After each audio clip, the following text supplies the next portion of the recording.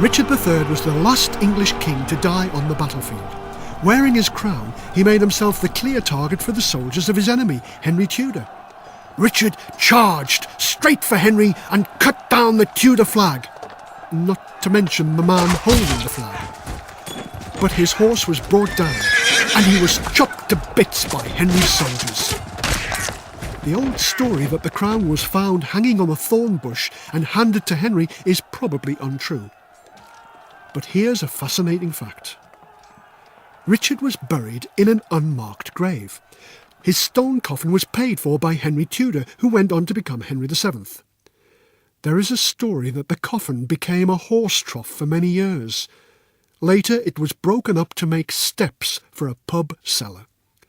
The message was clear from the start. Never tangle with a Tudor. And never tangle with a Tudor teacher.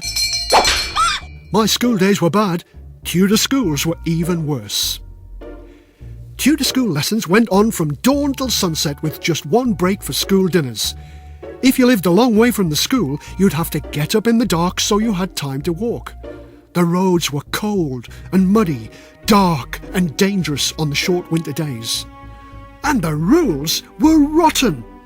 Here are a few that we might have today. Rule 1. No pupil shall wear a dagger or other weapon. They shall not bring to school any stick or bat, only their meat knife for dinner. Ever tried eating soup with a meat knife? It's impossible. Rule 2. This was at Manchester Grammar School, by the way. It is ordered that for every rude word spoken in the school, the pupil shall have 3 strokes of the cane. Rule 3. This was from Oundle School. Pupils shall not go into taverns or alehouses and must not play unlawful gambling games with cards or dice or the like. What, not even snakes and ladders? Rule 4 from Hawkshead School. Punishment for losing your cap, a beating. Punishment for making fun of another pupil, a beating. Na na na na. There were even school rules for eating school dinners. Don't wipe your mouth with your hand or your sleeve. Don't let your sleeve drag in your food.